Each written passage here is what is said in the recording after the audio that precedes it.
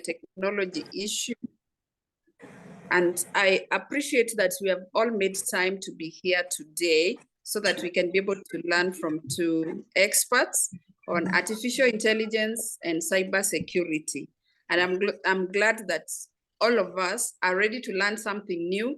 And my hope is that when you leave today, you are going to leave with some good knowledge about what is happening around in terms of technology and how it is going to affect you now and in the future. Our two speakers are knowledgeable in their field, and I'm happy to host them. And I want to thank you for taking time to be here with us. I know it means a lot to us for them to give us time to be here with us. And to start with, I want to begin our session today with inviting Joanne as our first speaker. And I think one of the things that I've really learned in the short time that I've interacted with Joanne, and for those who attended the last webinar session, Joanne comes from a field where she has a lot of knowledge in terms of artificial intelligence.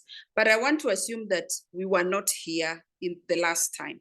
And I want to take this opportunity once again to invite her and to interact with her.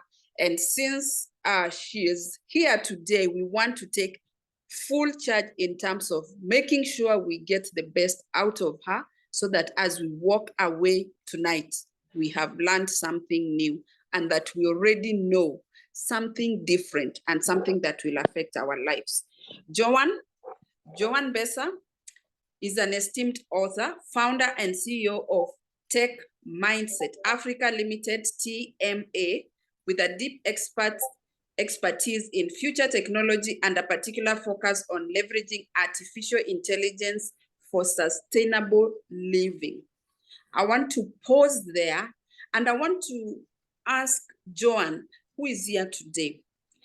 And this might lead us to understand more about artificial intelligence because that is what is in our area of expertise.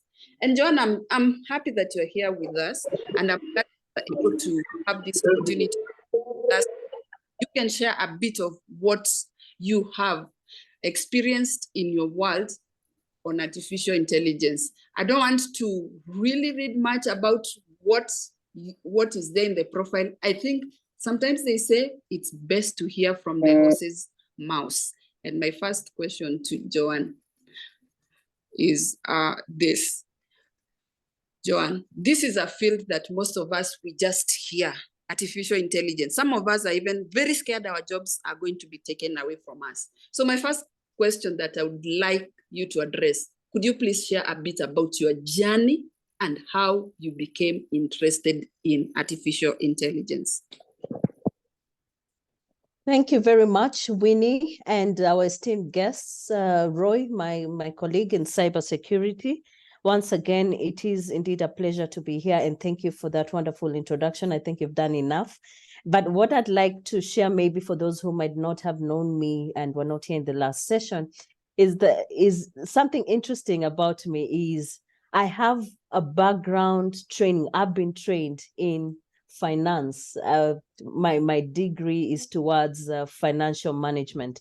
And other than that, also I have an MBA in marketing management, and I also have an MBA in strategic management. Now, when I was being trained in these areas, my sole focus was how to start, grow, and manage a business. And these were the primary key skills. However, there's something that I do a lot, and people around me also know about that. In every time I get free time, I read a lot. And since I was at campus, basically, I've had a keen interest in statistics because, humbly speaking, I believe I'm better than other subjects. I'm better in statistics because I've always wanted to understand and know how they relate and how they form a solution, not knowing that this was going to be a foundation in what I did or what I'm doing right now. So in one of my reading quests, when I think I was having my second child. It was a very challenging moment. I read a lot, and I came across this book by Alec Ross called The Future of Technologies. And one of the technologies, and this was in 2018, 2019, one of the technologies that came out clearly was artificial intelligence. So when I reached that particular chapter, I stopped. As a matter of fact, I read about everything else. I read about metaverse. I read about digitization, etc., and their impact on businesses. But when I came across artificial intelligence, it's like the world suddenly stopped. And I can't explain it, but what I can explain right now is the reason that has happened is when I realized artificial intelligence is being used right now. And not only that, is that it cut across subjects that I have learned personally. It cuts across finance that I had a degree on. It cut across marketing, strategic management, but most of all, it cut across agriculture, which is my sweet spot. Why am I talking about this? I had come from a background where my grandparents who raised me earlier on in my life were farmers, and unfortunately, they passed away as a result of manual farming. So in that, I was really trying to find ways on how technology could find solutions to eliminate or rather improve such kind of conditions. So when I came across artificial intelligence, I realized one, it is here. It's not a technology of the future, but the beautiful thing about it is that it would cut across diverse industries from agriculture to finance to education, etc. Talk about it. That is when I started my journey in researching, and I self-taught myself on artificial intelligence. Right now, I can comfortably say that I believe, and with utmost humility, I believe I've learned as much as I can. I've been trained by Andrew Carnegie of NG, even though he's one of the founders of Coursera. And I've also been trained by Pennsylvania University in artificial intelligence, because my quest has been to understand how artificial intelligence is used and can improve and impact businesses in Africa. That has been my sole focus today and will always be. How can Africa harness artificial intelligence to improve economically and also to create impact in what we do, in no matter what field that we do? I think I've given my background, Winnie. Back to you.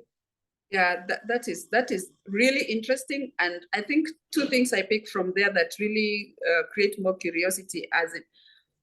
Do you want to tell us that from statistics and from finance, there is something that has to do with artificial intelligence? Because as we understand artificial intelligence, we would rather, from our basic understanding, think or assume it's impacting on the engineering side. So maybe a little bit of how does it interface with statistics, maybe. All right, thank you for that. And thank you for that, because then that helps me make clarification. And the reason that I compared the two is because artificial intelligence is the ability to train machines on thinking like humans. And this is done as a result of creating algorithms, and this process relates to statistics. So now this is just basically the technical part. But what I want to focus on today is how AI, and here we are talking about a technology that is already developed and is in the mainstream. How is it impactful? How is it impacting what we do? And just to relate it now to everything else that we're going to talk about, yes, artificial intelligence now is related and has the ability to enhance, the financial industry. It has the ability to improve the HR industry. It has the ability to automate entrepreneurs, businesses. It has the ability to improve and enable education, even for the non-educated. That is how I'd like to relate artificial intelligence to what we are talking about today. I think that's an exciting part. And I think the reason why I asked that, to give us a background that links to where I think the exciting part is to understand how this is going to affect us in where we are in terms of work. Absolutely. And all of we are really curious to know how will it impact on my work. So when I work every day, does it affect me? Should I be interested? Should I be concerned? Because all of us have got different fears and challenges when it comes to artificial intelligence. We just hear it. We don't know whether it's going to affect us or not, or whether we are safe where we are. My second question is, what inspired you to pursue in this field? And I think you mentioned a little bit where you said you paused the book. How could this knowledge that you didn't have really push you to go to a career where you didn't know much about? What is that thing that triggered you to know this is where I want to be? All right. And thank you for that, Winnie. So here's the interesting thing is what I came to understand my purpose in life is I have the ability to impact the people around me and improve because I existed. And as a Christian, and this is basically subjective, all right? As a Christian, it has been my purpose that my existence in this world is so that someone else's life, even if it's one person, improved because I existed. Now, why am I talking about this? When I realized that artificial intelligence is an intersection of technology and can help move one person from one area of general application of what they do or where they are. It could be a customer care person, you could be a stay-at-home mother, you could be, an engineer, you could be a mathematical person. It has the ability to shift you to perform and get your results faster in a way that it impacts you immediately with immediate results. That is where my career and my inspiration came from. The intersection of technology in everything that we do into diverse industry was actually something that was magical. It's artificial intelligence, immense ability to impact and apply transformation across board, no matter what you do. Whether you're in cybersecurity, it enhances cybersecurity in terms of identifying, unscrupulous people, or when it comes to financial management or even accounting, automating the whole process so that a customer does not have to wait for 2 days for invoices and receipting, but they can get that in seconds wherever they are, or the ability to, select your employees from a large section of database in seconds and get the best performing people or people who have the ability to suit into your organization. These are the things that really, gave me that interest to understand the technology more and to try it over and over and experiment with institutions and through partnerships and a lot of research to understand what is its immense ability, especially for Africa's challenges today that we are facing. I think that is very exciting. And I think we're going to see that we are actually not at risk. Here is something that is going to assist us to do better, maybe, to be maybe even faster, maybe to be more efficient. But then how are we going to be? Because we need to understand more about that. And maybe, as you explained before, this is something that is here to impact and improve our lives. And we need to embrace it. And that is why we are engaging you so that we stop getting scared and we can be able to understand that this is here to help us. I would like to find out from you, what are some of the key milestones or experiences in your career that shaped your expertise in AI? Maybe this will give us some hints into what is possible, because for some of us, we're just hearing about it. We're not seeing that it's going to impact us, or we are not really imagining how it could impact on us. Thank you. Thank you for that. And I'd like to take us back to where I was talking about my initial research and self-learning in artificial intelligence. There's one thing that I did and that really changed tremendously, which I can call a milestone, is that First of all, as a person, I'm an introverted person. I stick and think to myself when I do something. I'm not extroverted, go to social media and start engaging.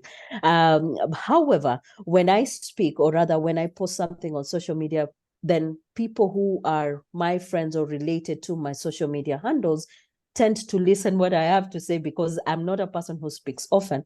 So that particular time, I used my Facebook, and I went on Facebook because I wanted to understand, is it only me? Are people not seeing that? And this is 2019. Are people not understanding artificial intelligence is here? I have read, I have seen its impact. I've seen what other countries are doing about it. I've researched in Africa for understanding artificial intelligence from a non-technical perspective. How can, for example, a teacher understand AI and how to educate a child? How can a customer care understand how to use AI to have better customer service? So when I was doing this research, I could not find an institution that really gave that information. I could find machine learning, that's a technical subject, and I could find data science. Again, that's a technical subject. So what I did, I went online on Facebook, and I just put in a general form, a general question. Who would like to understand? If you go through my social media handles background, my first poster in 2019, I asked, who would want to understand artificial intelligence from a non-technical perspective? And this was towards the December holidays. At that particular moment, I had 35 registrations that time. So I looked at that and said, okay, someone else is thinking like I'm thinking. And all of these people, there's one thing we asked, do you have a background in technology? And 90% of the people who filled that form did not have, but they had an idea of what artificial intelligence is, and they wanted to understand. So I thought, okay, maybe people are going for holidays, they've already applied for their off, so possibly, for lack of a better word, they could be idle at that moment. So they saw my post and they filled. I said, this is what I'm going to do. January, the first week when everyone is occupied with going back to work, taking children back to school, if they get to apply again the same question, then there is a need to understand artificial intelligence. So the first week of January, I asked the same question. Interestingly enough, at that particular moment, I got applications of actually more than 50. To be precise, I had 53 applications at that particular session. And this gave me a aha moment that artificial intelligence needs to be understood from a non-technical perspective. So the question is, how did this impact me personally to do what I had to do? That put me on my toes, because then for me to have put this post, everyone expected to hear from me on what I had to say. So that is where my studies and research actually began on artificial intelligence. And I got to understand the impact that it could have, or rather it has, on business people, because the people I was engaging with at that particular time were business people who did not have any technical background, to say the least. But they applied AI throughout the lessons, and they came up with a project, surprisingly, on AI. On the ideation itself was a transformative time at that particular time, that you as a medical researcher or as a doctor could come up with a way to eradicate malaria as a result of artificial intelligence. That is when I knew that AI has transformational impact today and will have for a very long time. That's very insightful, because I think a lot of people ignore a lot of things that come up. And I think if you've been following a lot of what is happening in terms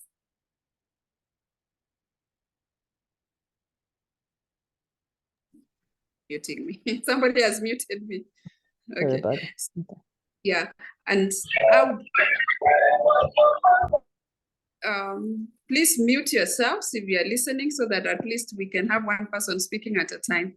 So I'm saying this is really exciting, because then we can see where it's coming from. We can see the interest and the curiosity that is pushing you towards that. And we can see that actually with that, it pushed you even further to even want to know what is this that is artificial intelligence and how will it impact on other people.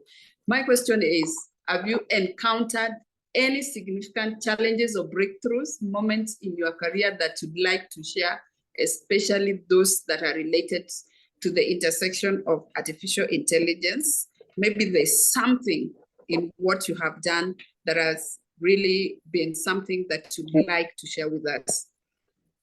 Yes, Winnie, and thank you for that. So, and this is twofold because I have encountered both. I've encountered challenges and I've encountered, immense innovation through application of artificial intelligence. And allow me to start with the challenges. So there's one thing, Winnie, and I don't know if I'm alone in this, but there's something about technologies. People feel threatened by something new, especially technology. When you do not understand a technology and it disrupts what you do, then your immediate action today, as we speak, is to shut it down. That's the truth. For example, when mobile phones came into the country or, came into the world, just to generalize this, the first thing that people did was to talk about negatively about it. You're being spied. That this is a tool to check you what you're doing. This is a tool to take money from you. This is a tool that will be, will engage your bank accounts and clean out your banks. And this is when the penetration of mobile phone was so minimal. This is in the early years before we adopted mobile phones. But this is because this was a new technology. We were used to the kind of communication of call boxes where you put a coin and you speak to the other person. There are no personal details that have to be put. But look at where it has gotten us to right now. As a matter of fact, it's one of the tools that is a host of AI tools.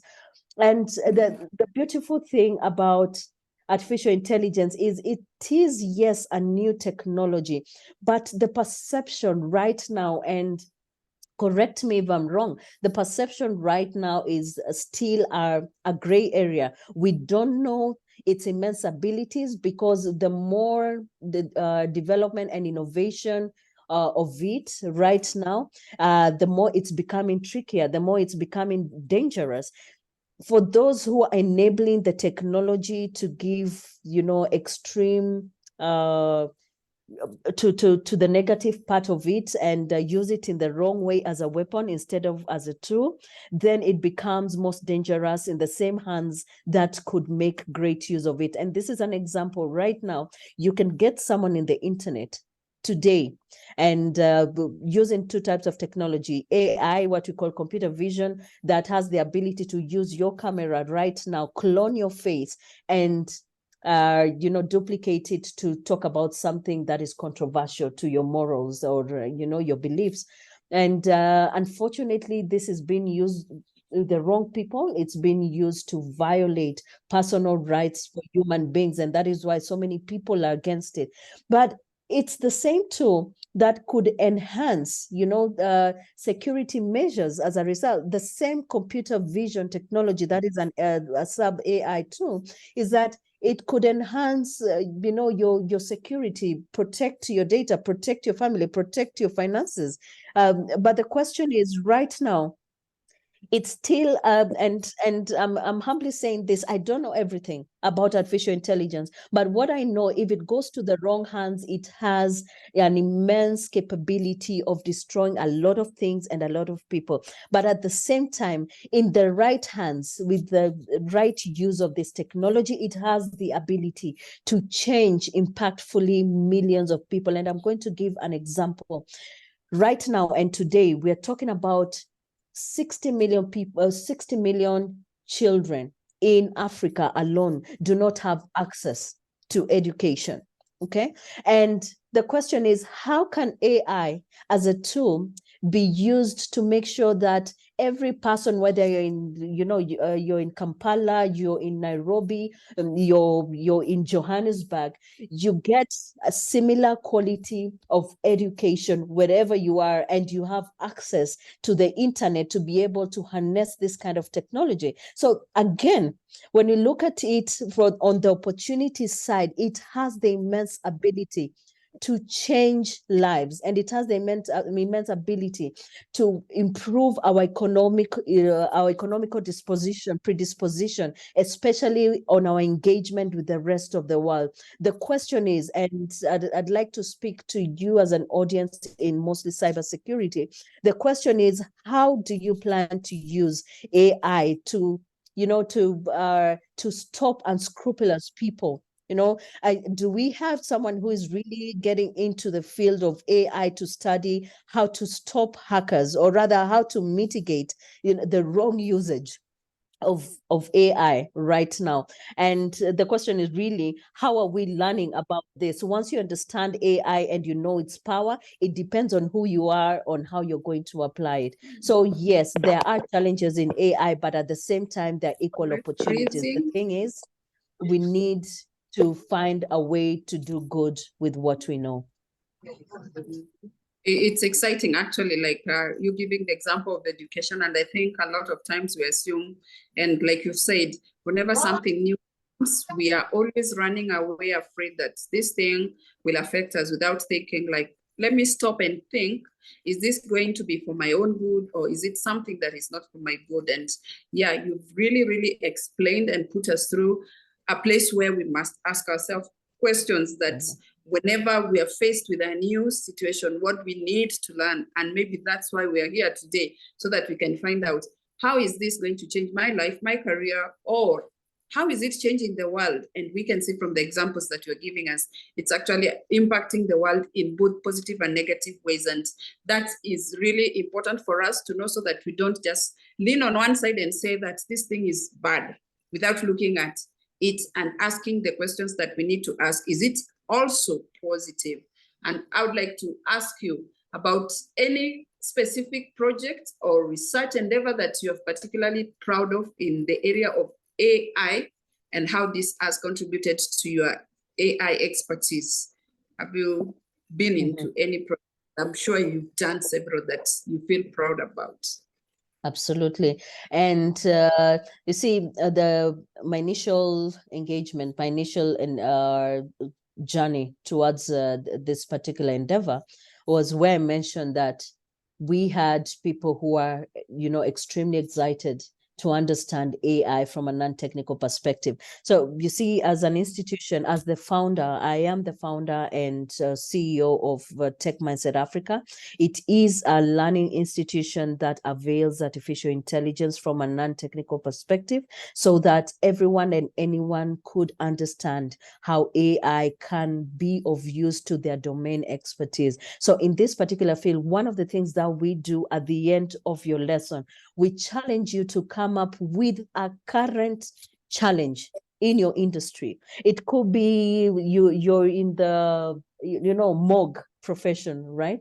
That is mortality profession. You could be in a medical profession, or you could be in a marketing profession.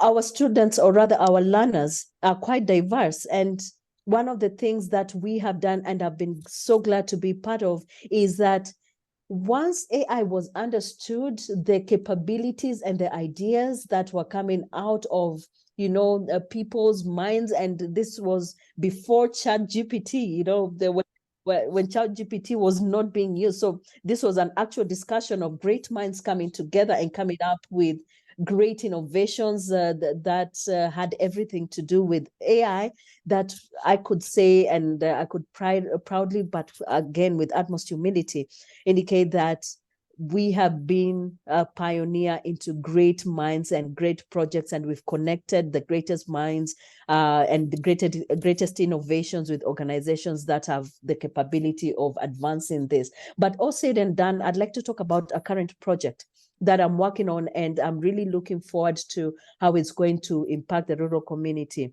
Now, because of its initial and early stages, and also it's for security reasons, allow me not to mention it, but it's something that will come out initially. It's going to come out at the end of possibly this year, is that we are working with a rural community. And here we're talking about herders. So let me just give an example. It doesn't necessarily mean that it's them we are working with, but let's talk about the Samburu community. How do they work? How do they as a community.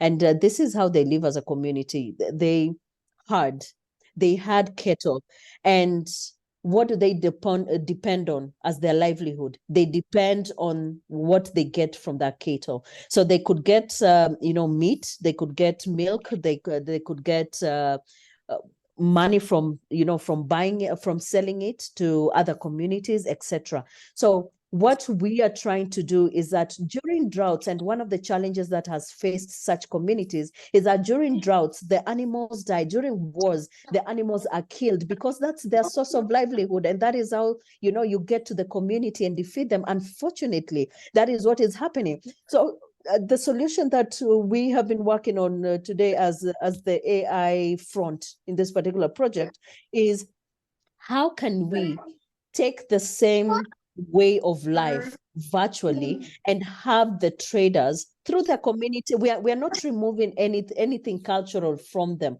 Through their community culture, where they have elders approving who is going to graze cows, we're giving them a mobile platform with very minimal internet, but enhanced by AI, to be able to graze on a mobile phone in a way that, for example, if you're going to feed your animal in real life, how much do you spend, for example, on food? Let's say you spend $1 a month, right? Take that $1 and put it through the mobile platform and M-Pesa, the current payment platform.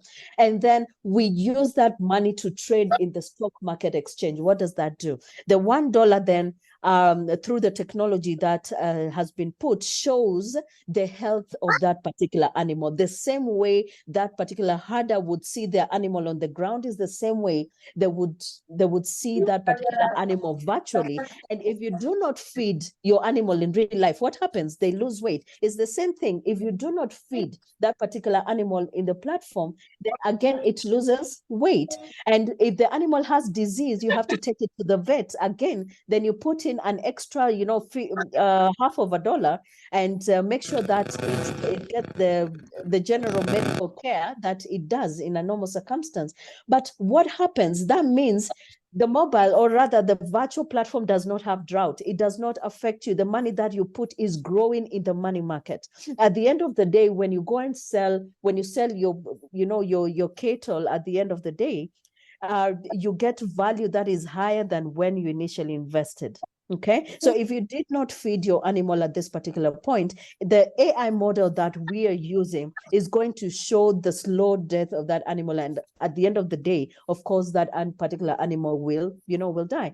But at the same time, if you consistently and committedly feed that particular animal, it becomes healthy, the value in its market becomes high. And then also your money is not lost, and you have the ability to withdraw when you need emergency funds after a certain period of time. Now, all said and done, what I'm saying, I'm not going to really take a lot of time into explaining the details of the project, but what I can tell you, this is a project that, if it works in this small part of this particular community, with the consent, we have the consent from the elders, if it works and does not take away from their way of lives today as a result of AI, it's something, when scaled, can transform digitally a lot of lives, especially in rural communities where there will be no intervention in terms of weather or drought.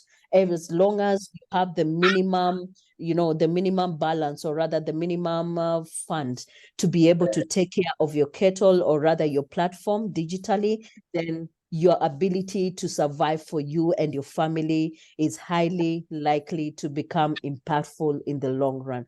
So these are some of the projects I can say, Winnie, that I'm working with as a result of AI and research, and I'm seeing a lot of transformation happening. Thank you. It's exciting. Like, I can see there AI, finance. I can see some of the things that we've talked about. They're all like coming together again. Absolutely. And everything that you did at the beginning, and I think this is one of the things that we need always to remember, that whatever skill we learn in life, somewhere it will become useful. And I think if I go back to the beginning production, Irene, please just mute, because you are already like in the thing and discussing, and I am also talking. Irene, please mute. Thank you.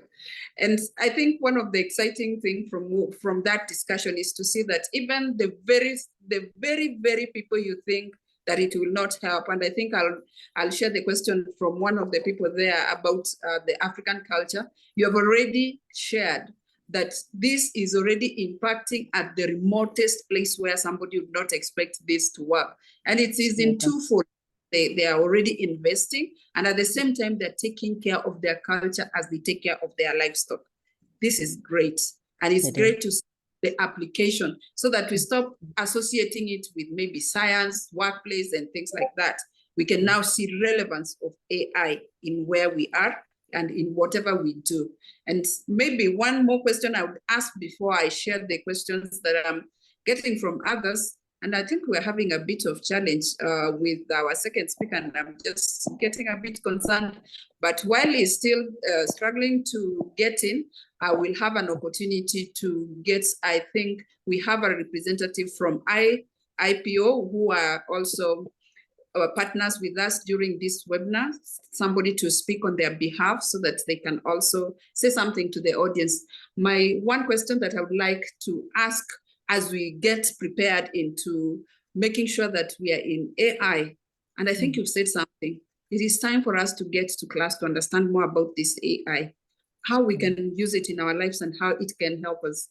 How do you stay updated on the latest development? I think you mentioned something like it's always coming out as something new. Are we ready for these new things? Because today you say you know, by tomorrow you actually don't know something. So how do you stay updated on the latest developments and advancements in AI? And how do you see these advancements influencing your work? Maybe you can say something about that.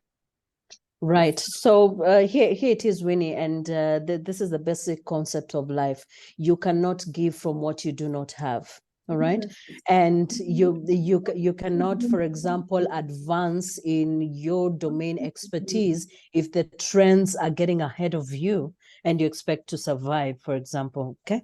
And from that perspective, and I'm also aware that I'm still learning. There's a lot that I'm learning. For example, right now I'm learning about deep learning and its impact on small and medium businesses, and about its how it's impacting how Africa does business, and how am I putting myself up to date? There's one thing that I do: Google Alerts. If you are not aware of Google Alerts, please hear me out for this one. I don't know if we all know about Strive Masiyiwa.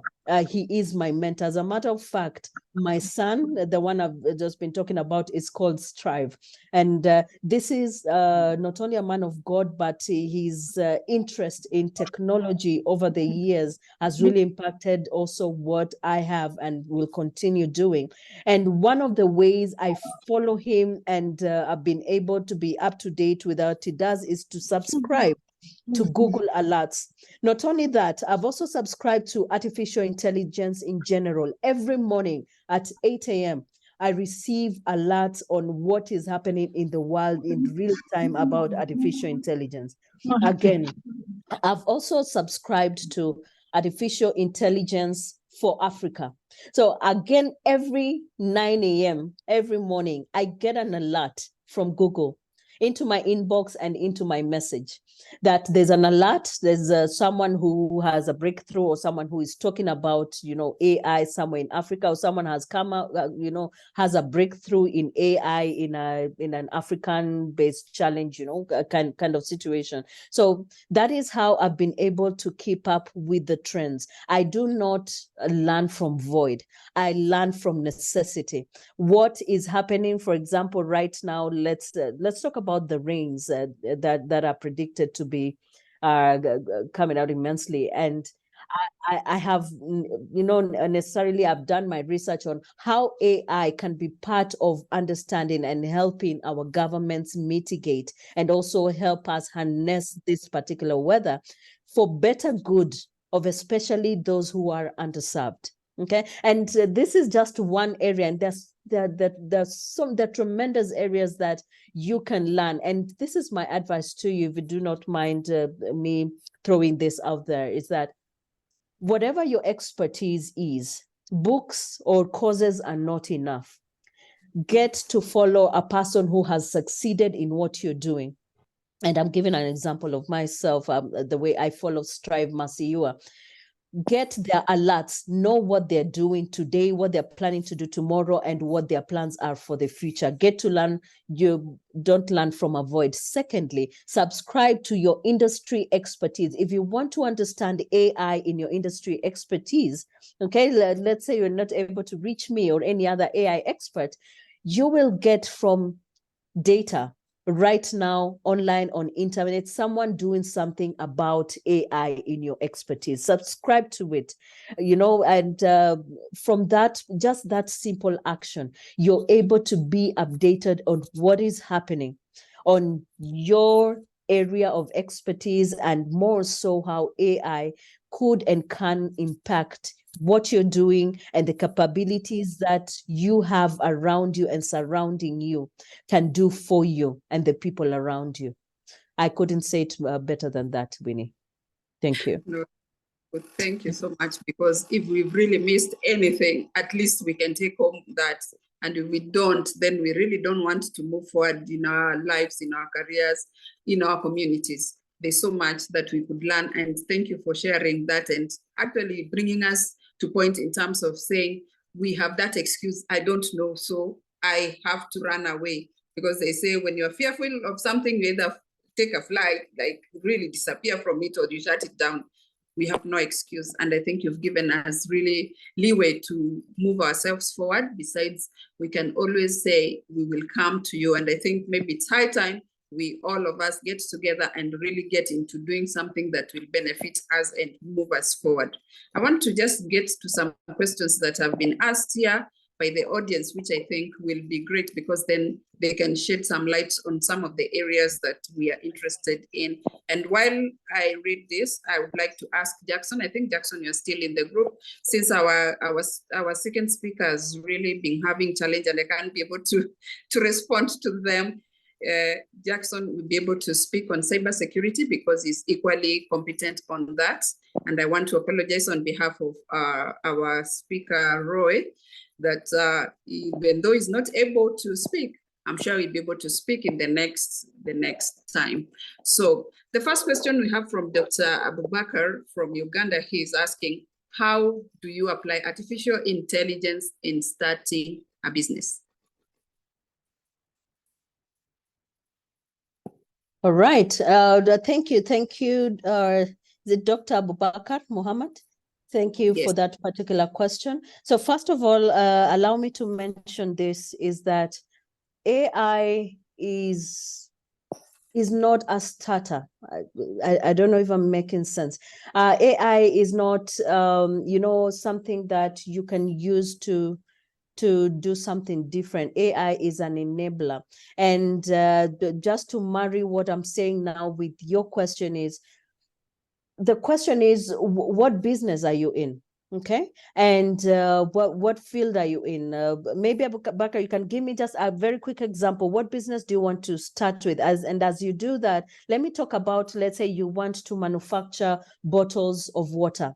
All right, as a start of business, the current manual process that you understand as a person who wants to get it, because if you want to start a business, possibly you are an expert in that particular area, is that you want to start manufacturing bottles, you know of a plant, etc., etc. But what you should ask yourself, the question is, should I use human resource or should I use technology to do this particular process? You have to ask yourself questions in this. What is going to enable it? Will not stop you from starting, but the question is, what is your bottleneck? What is it that you do if you do not do is a matter of death or life of your business. So once you answer that question, then the question is now, how can AI enable that particular area? And I'll go back to the bottle example.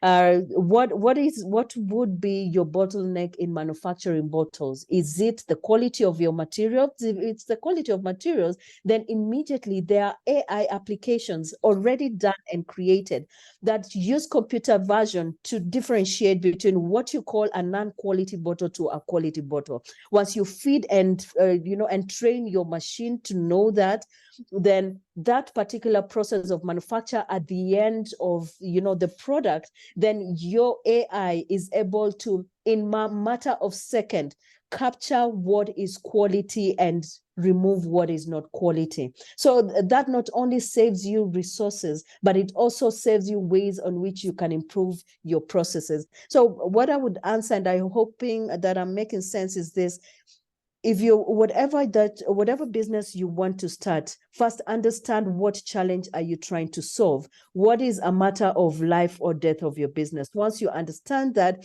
then understand how AI can be used in that particular instance. So as a person who is starting a business, as a matter of fact, in this digital age of AI, I would honestly advise, before you start, let AI be part of your strategic plan. If you're starting a business, the first thing you must have is a strategic plan, a business plan. And if you do not have AI as part of your plan, please know that you are planning to fail. And mark my words right now as I say this, is that if it is not part of your planning for your business growth, then you are planning to fail your business. And that is unfair, because you are knowledgeable that AI can be implemented in your business. The question is, how do you want to use it? I hope I've answered you, Dr. Abubakar.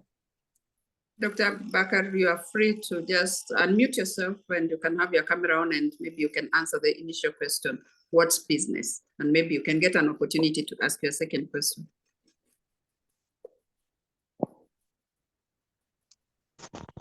Yeah, thank you very much, Winnie and yes, I'm just trying to explore. We have high rates of unemployment. Absolutely. We have some of relatives who are unemployed, and at times they get stuck in trying to innovate in identifying an area of business.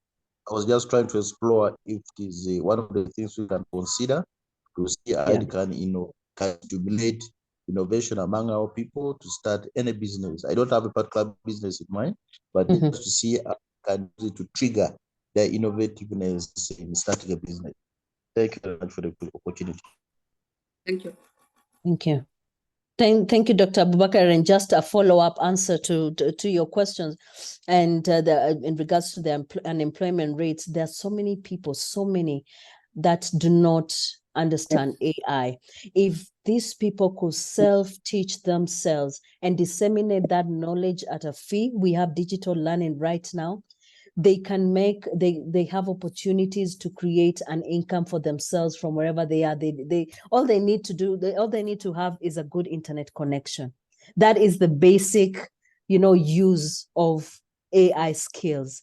If they can train themselves in how to collect data, just that, from a basic perspective, have an Excel sheet, have a computer, or even a mobile phone, approach an organization, tell them, I've learned how to collect this data and analyze it and clean it, right? And make sense of it. Let them do that at the level of which they are at. And from that particular point, then they can use such soft skills, very basic skills, to create an income and survive. So the opportunities are there. The question is, do they have that access to these opportunities and knowledge? And that is why, for example, you and me are available to these people to be able to share such kind of feedback and opportunities. Wow. Thank you. Simple, and I guess we have the answers right in front of us, and I think we all have the gadgets, so we have no excuse. We need to just find out how can we use these gadgets to make an income for ourselves. I hope that has answered your question, Dr. Abubakar. I want to move to the next question from Asay, and I think what he's saying, developed countries have implemented AI in robotic self-driving like Tesla ChatGPT, chatbots, and in natural language processing. How can we deploy AI in Africa context, especially solving African problems? I think partly you've answered that, but yeah, go ahead and maybe give another answer. Yes, Yeah. and there's so many areas, and what I would like to just answer to Theophil is this: that you see, right now, currently, is who are we? Yeah, who are we known for? What are we known for? And unfortunately, we are more used than users of AI. Allow me to elaborate this. This is what I mean. As much as the technology is here, we are not the immediate participatories of the AI conversation. Unfortunately so. But it does not mean we do not have challenges. We have opportunities, for example, like this webinars, to learn more about what we can do and harness. So this is what I would advise right now from where we are, is to understand, what is Africa known for? What are we known for? Are we known for agriculture?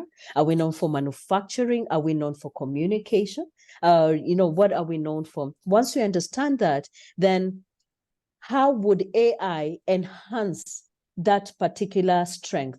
And I'm going to talk about something I know, possibly could be something different, but allow me to speak from what I know, because that's the only way I can answer this question. I know about agriculture.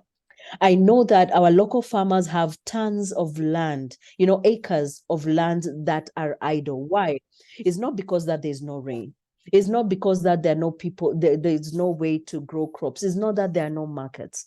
It's because we do not have the interconnectivities with the right technology and the right people to bring people together and, apply AI for the betterment of our farmers. Now, this is an example. I am not saying that the local farmer who did not even go through a normal education system, what they know is how to till, how to plant, how to wait for rain, and how to harvest and take it to the market through brokers, etc. That is what we know. But what don't we know? We do not know that we had the ability, even with our Mulika Mwizis, as an AI output device, so that the technology can help you through a text message to just tell you, all right, with a simple sensor on the phone, to tell you the kind of soil that you have the kind of nutrient, by just putting your phone next to your soil, and tell you the best crop at that particular time, and also even guide you through text message. You've not gone to Android yet. Through text message, it will tell you 2 kilometers from here, someone needs Kuma Wikis in the next 3 months. It's because we do not know that. What you have done, you have not taken this farmer through technological advancements and training to understand AI. No, but you have enabled what it is that they have as a device of communication to understand and implement it, to know better about what they're doing that they're already doing. You're not taking them from what they know. So in Africa, there are immense opportunities, not only in agriculture, and also a added services. How are we using, or how can we use AI to enhance our already existing beautiful product, beautiful oils, existing wealth, how to identify the right minerals, where, how, which market, at what price, how can they be exported, who needs it today in this world? We do not know that because we have not exposed ourselves to the skills. So the thing that I'd like to challenge you and me today, do it from where you are. Do not wait for your government. Do not wait for your boss. Don't wait for your books, your courses, your skills to take you to the next level as an African person, as a person who lives in Africa. Understand how will AI resolve your challenges? If you're a stay-at-home mother, what is your challenge? Is it, is it cooking while taking care of a young one? How can AI enhance that? Is it, for example, as a busy person who travels all over the world and you don't have time for your family, how can you use AI to enhance communication with your family? It doesn't matter what you do. Let AI be an enabler of what already exists as a culture in Africa, but not take away from it. Once we are able to stand from that point of strength that no one else in the world could do what we do, then we are able to speak at equal level with the world. And I believe that's where we get a seat at the table as the rest of the world. I hope That's I've answered exciting. you. I think, yeah, I think we are beginning to see it like closer. We're beginning to understand that it was not as far-fetched, and it's not something that is not within us. We're already interacting with it. It's just that we didn't know how to go about it. And I think we're getting many ideas. I'm just wondering if there's another question, because I think some of these questions you've answered them. And I'm so glad that they're able to ask you questions so that they can see how they can fit themselves back and be useful and in the world using AI. I'm excited that this is an opportunity where somebody sees and says to themselves, oh, I didn't know this exists. And actually, I'm here right at the right place at the right moment to know that this technology is here to be embraced and there's nothing to be afraid of. And I'm sure when we say we're afraid, then it means there's something we don't know, and we can begin to ask those questions that I don't understand this, or how do I apply this? Which is very good. And I'm happy that you're here and you're able to share. I think at this moment, I want to thank you once again for the opportunity to share so much knowledge. I'm hoping that you have taken notes, guys, and you'll be able to share, because I can't share. I'm still holding the phone for you to make sure that you guys are getting it right and you are asking the question and having the opportunity to see yourself as the person who's going to be the leader in your community, in your environment, in your workplace, to others, how they can apply artificial intelligence. Thank you so much, Joanne, and please don't leave us yet. We might remember one or two questions during the next speaker session, and I want to take this opportunity before I move to the next speaker. I want to just ask if there is a representative from International Police Organization, please just unmute yourself and go ahead. Is there anybody from International Police Association? Please, you have, you are the wonderful job. Yes, yes. I represent this Inderjit Singh Main. I represent IPO in the Coast region, and I enjoyed the first session.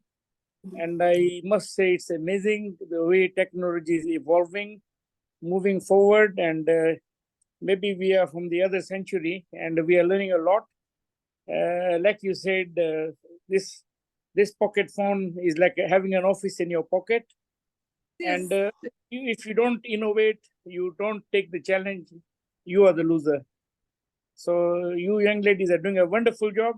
Congratulations. Thank you for making us more learned. Thank you so much. And we want to thank you for being behind and being our partners when hosting this event. We want to express our thank you to Anwar, the Secretary General, International Police Association. Please pass our regards and say we are grateful for being our partners and ensuring that we are learning, so that we just know these gadgets are offices and we can use them as we wish. So thank you so much. And thank you. I'll pass on your message. I thought he was here, but he's not around. Maybe he's busy elsewhere. He's in so many such organizations. So it's okay. I will pass on your to him. Yeah, thank you so much. And maybe there's somebody else from IPO from other countries. They can also just tag me so that I can give them an opportunity to speak, because I know we have a lot of members from other IPO centers. Maybe they can let me know. At this juncture, I want to welcome our next speaker, even though they were not to be speaking today. They were supposed to speak in the next session, but they say you have to be ready. If you're a speaker, an expert in an area, you could be called at any moment. At this moment, I want to ask you, Jackson, please step on the stage as we begin the session. And I think this is going to be a bit challenging, but not really challenging. When you're there, you have to think on your feet. Jackson, welcome.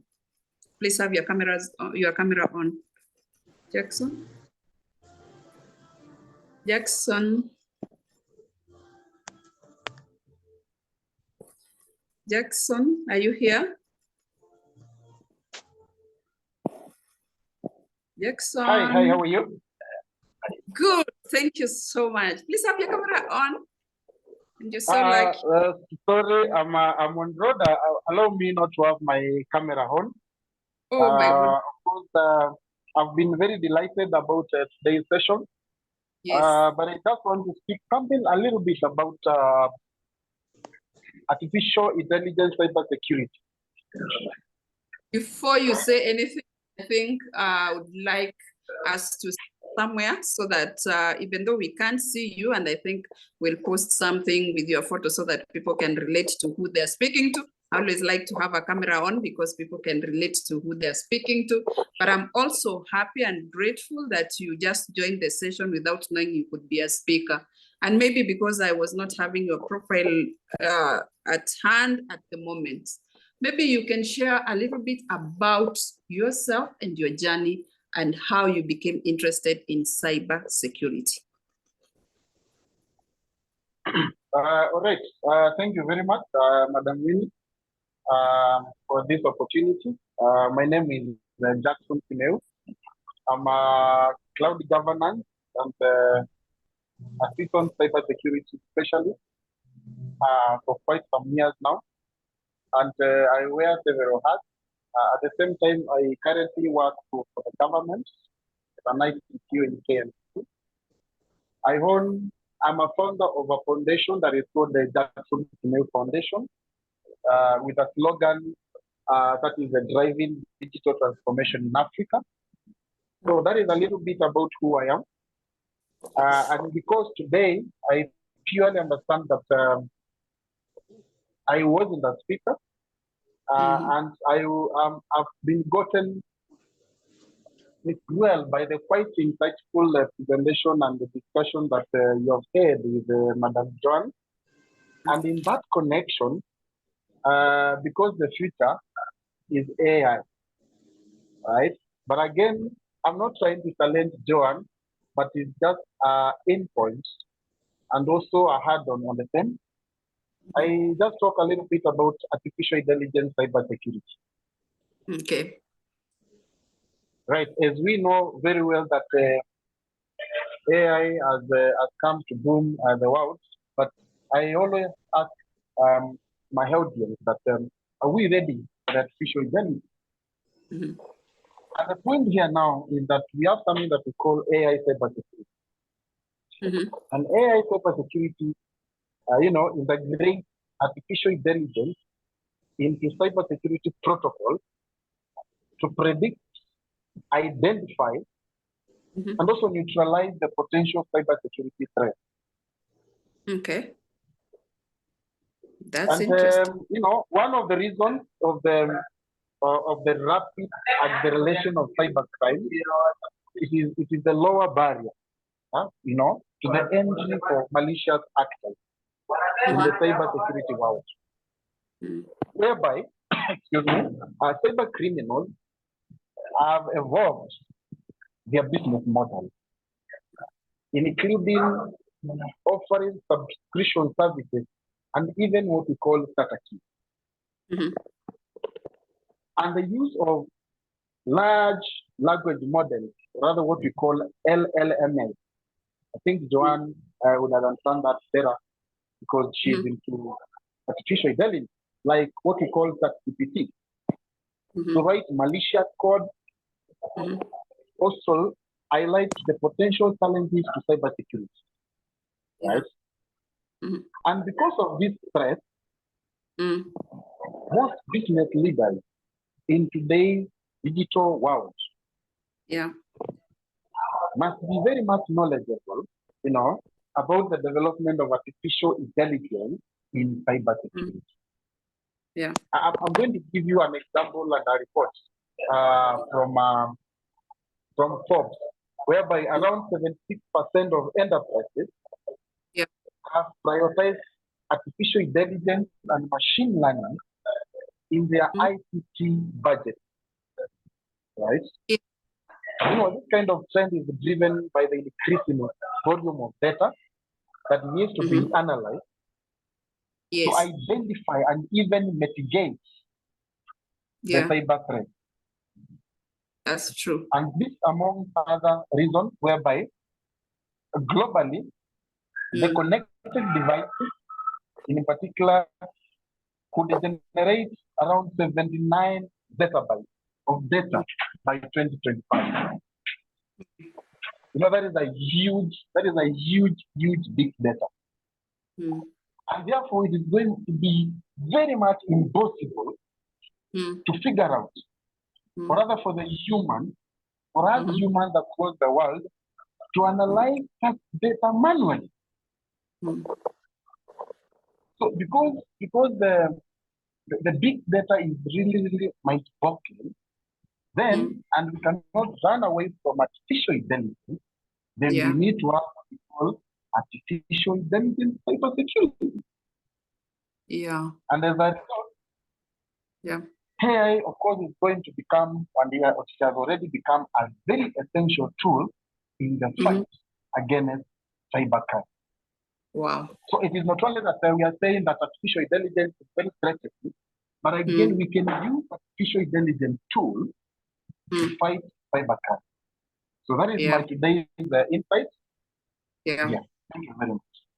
Yeah, just hold on, don't go. You are going to share a bit more. I'm sure you have a lot of knowledge, and I think that is insightful to see the where they interact, cybersecurity and artificial intelligence, and which is very important because we may take it for granted that these two things are separate, but at the same time, these things are working alongside each other, and that is how people are now taking advantage and using it for the good. And I think also as they use it for the good, some people are also using it for the bad. But my question is now my interest, like right now, would be like ask you what inspired you to join a career in this particular field.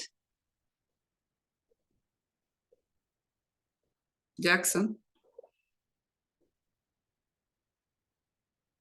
Jackson? Are you still there? You can unmute. Yeah, I'm here. Sorry, ask the question once more. Yeah, what inspired you into this particular field? All right. First of all, I'm a certified ethical hacker, and I'm also a certified hacking and forensic investigator. Okay. I'm a certified information security professional. Okay. The reason why I got into information security professionalism because we were caught unaware around 10 years ago, whereby we are, as organizations across Africa and even Kenya, we were coming up with the software systems which are not secure and which are very vulnerable. Okay. And that is how hacking got at a very high level in Africa. And I really got interest in pursuing career in cybersecurity. Wow. So being caught off guard. I can be very proud to say that back in 2013, I was the first trainer for ICT professionals of KCB after a very serious incident that happened back many years ago. Wow. So that's where my journey started. Wow. So in line with what you are doing, you are called in to help them when they had an incident, and you saw that really you can help and impact others by actually being serious about being in the cybersecurity space. And that's a long time because 2013 is almost like 10 years now. A lot of people didn't even think where it is right now. So that's insightful and really interesting because like John was saying before, when we see new things, we want to run away from it because we don't understand. Yet here you are now curious and more interested to find out what is this and what can I do to make sure that I secure many more other companies. Let me tell you, Winnie, I echo what Joanne said, that mobile phones came and we never ran away from mobile phones. Technology came. We didn't run away from technology. Advancement of technology will continue. Yeah. Artificial intelligence has come. and we must be prepared for it. And we must welcome it. So there are two diversions.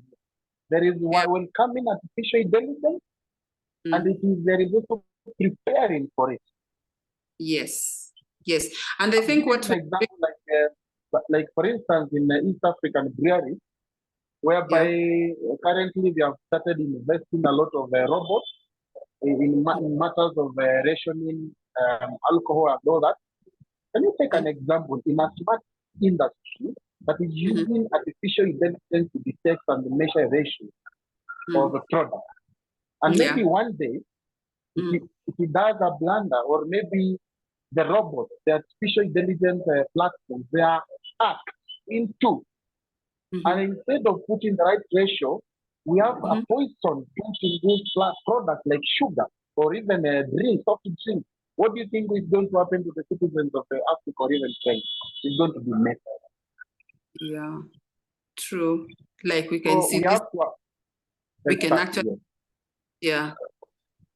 wow. That leads us to have an open mind when we're thinking about these things, like not to distance ourselves from these technologies, see how they could assist us, see how they could really, really help and come in whenever we think that we have a problem. Maybe they could be having some solutions with that. That's really my last point, Madam Winnie, is just a recent news of Delta Airlines. Yeah. Currently, Delta Airlines have come up with a new AI product in all their airports, whereby if you are traveling, those particular, screens that you have at airport, whereby someone wants to know what is the next stopover, what is the next end route, and all that. 100 or even 50 passengers they can be able to view on one screen, and that screen will automatically detect their eyes and give them the response that they want automatically without any commotion whatsoever. That is currently happening in Delta Airlines. So in short, we can say that AI is here to evolve, and we must be ready for it. Thank you. That is so true. It's here to stay. Let's see how we can actually interact with it and maybe embrace it, to use it for our own good. And like you're giving the example, it's already here. It's not going anywhere. We are here. We have to embrace it. I would like to ask some of the key milestones that have really shaped your expertise in cybercrime, apart from, I think, the example you gave us of KCB that actually made you make that decision. What are some of other key milestones you've had? I believe in resilience. I believe in keep working. I believe in daily best practices. I think it has really helped me, even apart from cybersecurity, because I normally wear different hats, to keep myself on the toes of emerging technology. So in ICT professionalism, there is what we call specialization, right?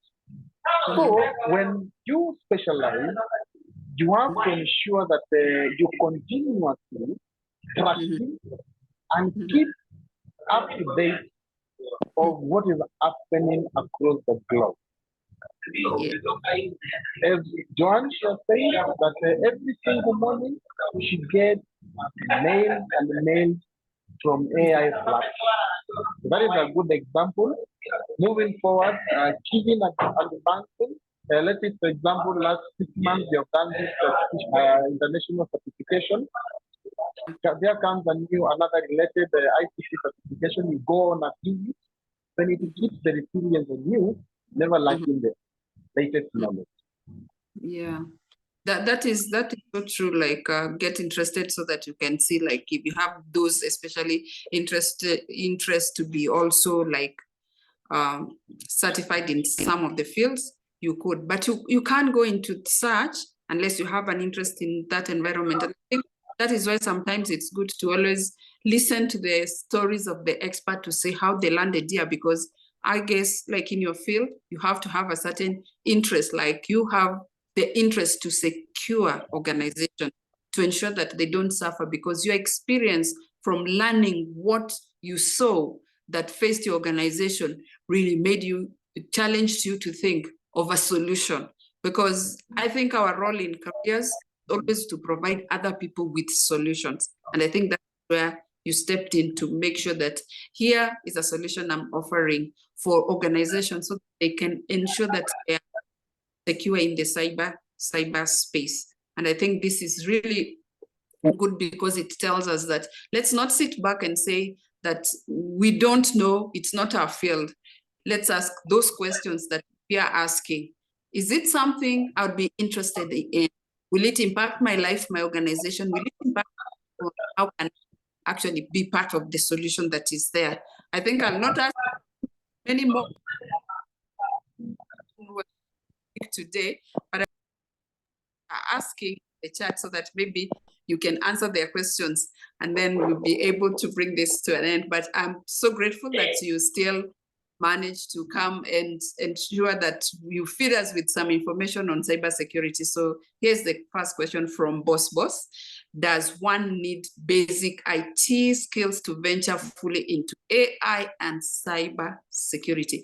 Maybe Joan can answer one part and you can answer the other part, or you could answer both. What do you think? All right. You can hear me? Yes, we can hear, although I know your background has got some noise, but we can hear you. Thank you. Yes. I always say this. In Yes. ICT professionalism, Mhm. you only need to have what you call general knowledge for you to advance and specialize. General knowledge is important. Yes, general knowledge is important. Let's say, for instance, when you have done the 844 system, if you have done an IT diploma or even a degree in ICT, then you have what we call general knowledge in ICT. Yeah. From there, you can do specialization. You can do all these kind of certifications that we are talking about. Yes. You can do any emerging technology.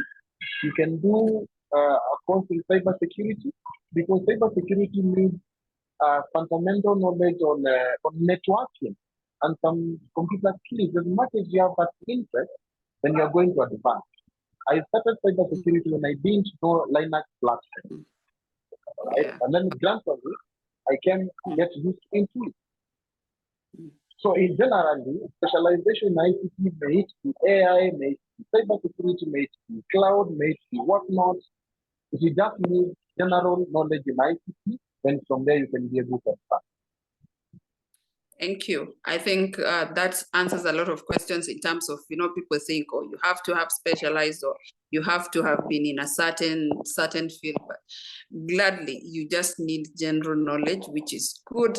And I'm glad that we can see that we stop ourselves from growing and nobody is stopping us. And I'm sure that sooner or later, when we start calling upon you to join the courses that can prepare you to specialize in those fields, you'll be ready to go ahead and come forward, because this is our next era.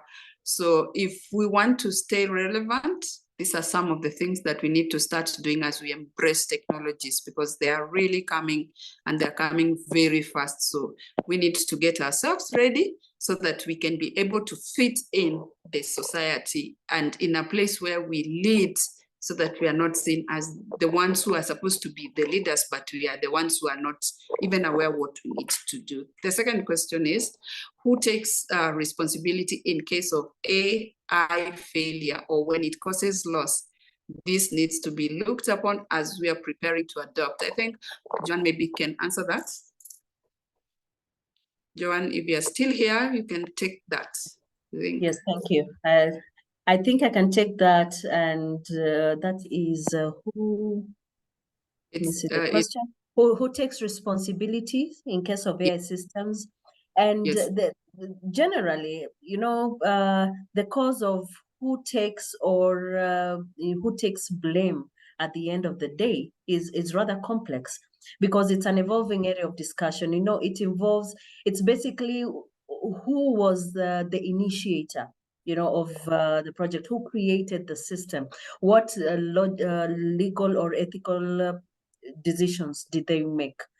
So just instances, for example, there are those who are developers within an organization who create an AI model. When it gets to fail, then it is the organization and management team that should take responsibility, for example, because they initiated and gave the powers to the developers to do that. In terms of government or regulatory authorities, it will be the regulatory authorities. So, and this is in concerns to, for example, ethical issues. And the fact that Kenya is starting to learn and understand and implement AI, there's potential on both sides of harm and good at the same time. So I believe the regulatory authorities would be responsible on how AI is deployed in our country. I don't know about the regulatory authorities in other countries, but I believe with the same adoption that would happen. And again, also the users and deployers, because sometimes we get the technology that is already ready. Okay, and we are ready to use, but the question is, how are we using it? For example, we might have tools on how to mitigate cybersecurity crime, okay, but the others who would enhance it to even cause more harm. So again, that becomes an issue of you as a user and you as a person who deploys the technology. So when we look at how AI failure, who takes blame? This is basically subjective rather than an objective kind of solution or issue. Yeah, I think that is good and fair to say that at least as we engage these people, let us look at those little things that can become a problem later, so that we know how we will be able to handle that. That's a very, very good question. And I think it really looks at so many things, so that you don't just embrace without knowing, and you don't also implement without thinking about what happens when there's a failure, or who bears the cost. I think the next question, what are some of the side effects of AI? As much as it's based on solutions only, no software is 100% guaranteed. It's an interesting question. People were risk thinkers. That's a good question, boss. I think any of you can take on that question. My colleague Jackson can take it. Jackson, you can take on that question. Jackson, you can unmute and take the question, Jackson. Are you still here? Okay, I'm navigating between looking whether it's there and the question 6. I can take it, no problem, Winnie. Yeah, and and as you said, AI is built mostly for good. It emanated as a result to solve problems that human beings cannot solve fast enough, right? And as much as it's a solution, yes, it has side effects. I mean, where do I start? First, let's even tackle it from the ethical dilemmas that we have. Right now, AI may be used in ways that would raise ethical issues left, right, and center. And we had a recent case right now in the country, and not to get into detail about that. There's a lot of ethical issues it can bring about, not only ourselves, but also our families. And then another thing is, privacy concerns. We are given a lot of information. And there are privacy concerns. We are getting concerned as much as we understand that AI is supposed to solve what we do, but also, who are we giving our data to? What are they going to do with it? How far or to what extent are they going to use that data? Are they going to clone the data?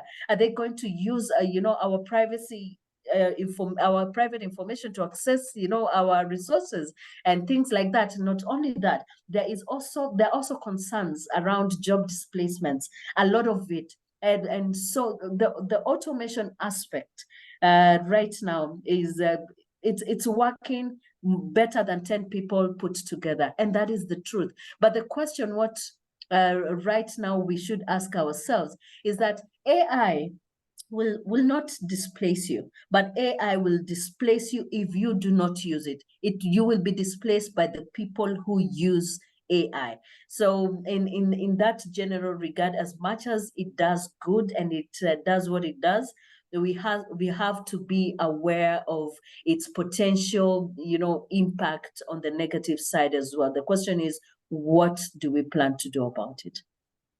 Yeah, that's great. I think you can actually repeat what you said. It is going to do what? It is going to displace you. No, the people using AI are going to displace those who do not. It's as simple as it is. I think we need to stay alert, and I'm glad that you're bringing this up. And for those of you who've not heard a lot from Joanne, I think need to read her story. We have featured her in our upcoming newsletter where she shares a lot. And thank you, Joanne, for sharing this, because you're keeping us on toes in terms of ensuring that we are not going to be sitting there comfortable without thinking that we will not be displaced. We have one more question, and I think I would love to have Jackson speak on these two questions that are here. But before Jackson speaks, I want to invite somebody else who is the admin of the cybersecurity group, Simon Mutisia. Please, you can step on stage and say hello to the people, and maybe pass your regards or maybe have a question. I'm happy to have you speak to the audience. Thank you very much, Winnie, and thank you for the participants who are on board. I can see we have people like Shoaib, who managed to join us today. I can also see Caleb Oyombe, who is also a specialist in areas of physical security. I'm glad that you guys were able to make it for today's webinar training, and we hope that in the near future, you also be able to be given that chance, because I know we are going to roll out some trainings on physical security and security risk management, so that at least we can coordinate and also integrate with the cybersecurity and artificial intelligence. Many thanks, everybody. And let's continue this way. We're going to learn a lot. Let's not allow ourselves to be displaced, as Joanna's mentioned. Let's be on toes, and let's keep up with the speed. Currently, the world is moving towards the Internet of Things, and everybody is using computers. So there's no question now about it. We have to embrace this, and we have to be ready for the change. The change is here with us. There's no question about it. Thank you so much, Winnie, for coordinating this. Please proceed on. Thank you, Simon, and thank you for reminding us that we're in Internet of Things, and the sooner we jump in the boat, the sooner we are safer, and we need to guard ourselves. And I think with the next session, we'll be speaking about the risks.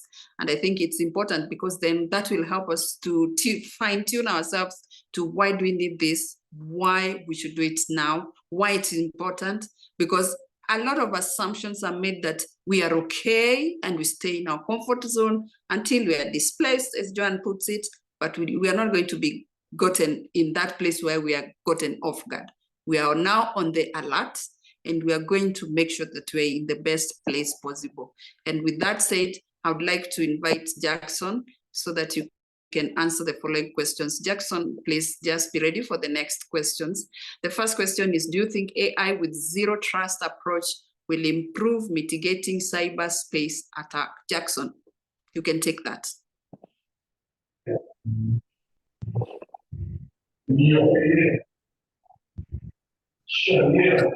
Hello, you can hear me? Yes, you can. These questions are getting me off guard because I'm on road, but I can be able to answer them. You see, one of the dangerous cyber threat thing is what we call cyber, different organizations. This has been a serious issue globally for many years. And dealing away with insiders is a very crucial thing, right? And therefore, the best position to mitigate these kinds of threats, organizations need to re-evaluate how they are securing and even managing the privilege access levels.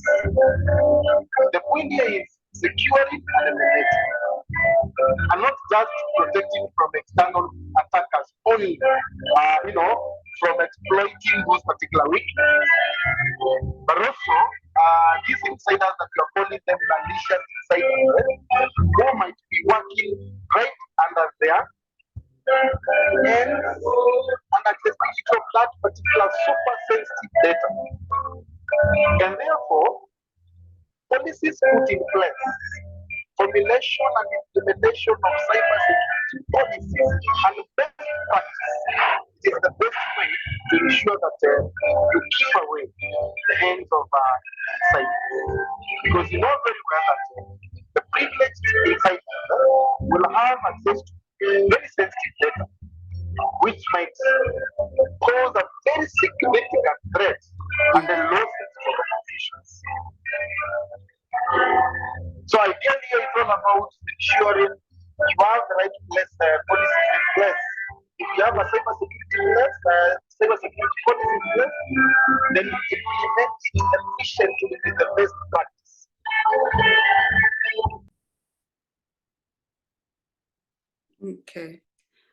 Okay, that is insightful, even though I'm missing some bits, but it's so exciting to know and to learn a bit of that. I wish there was no noise, because I know you have good answers for the next question, but I don't know how to go about it so that at least most of the people can hear, or maybe I'll let Joan answer. Joan, will you be comfortable with this? This is about, I think, security as well. Thank you, Winnie. And which particular question are we talking about?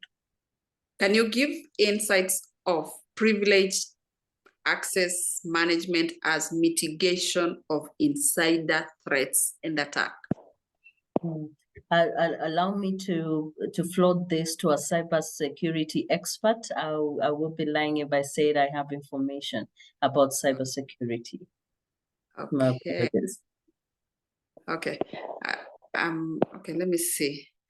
I'm not sure who else can answer this, because I know Jackson can answer this so well, but let me put this one for next time so that when we have Jackson, when he's speaking, he can be able to answer this.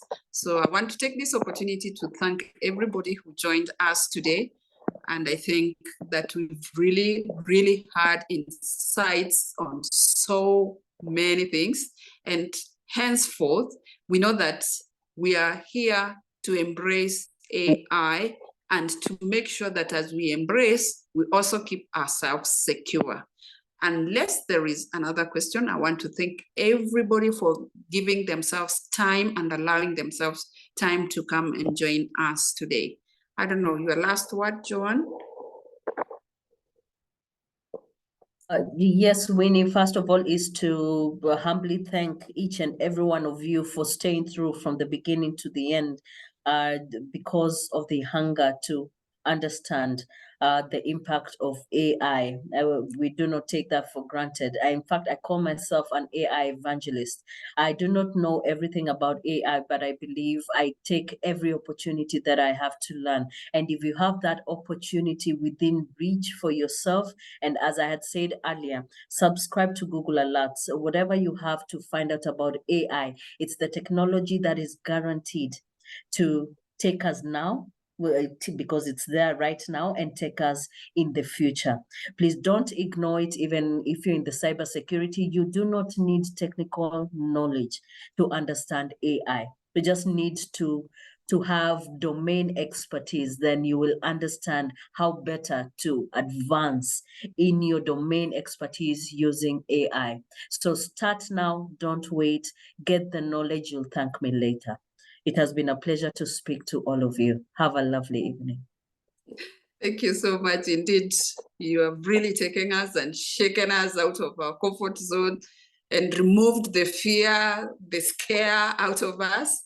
And I'm sure we'll now have more interest in making sure that we can learn more. I want to thank everybody who has come. I think there was somebody introduced themselves from Ghana, Cornell. Dr. Kevin Morgan, Africa Commander for International Police Commission and the President of African Youth and International Youth Society from Ghana. Thank you so much for joining us. And for everybody, wherever you are joining us from, thank you so much for making time to be here, for making time for yourself, for making sure that you are going to be better than you were yesterday or better than you were before we started this session.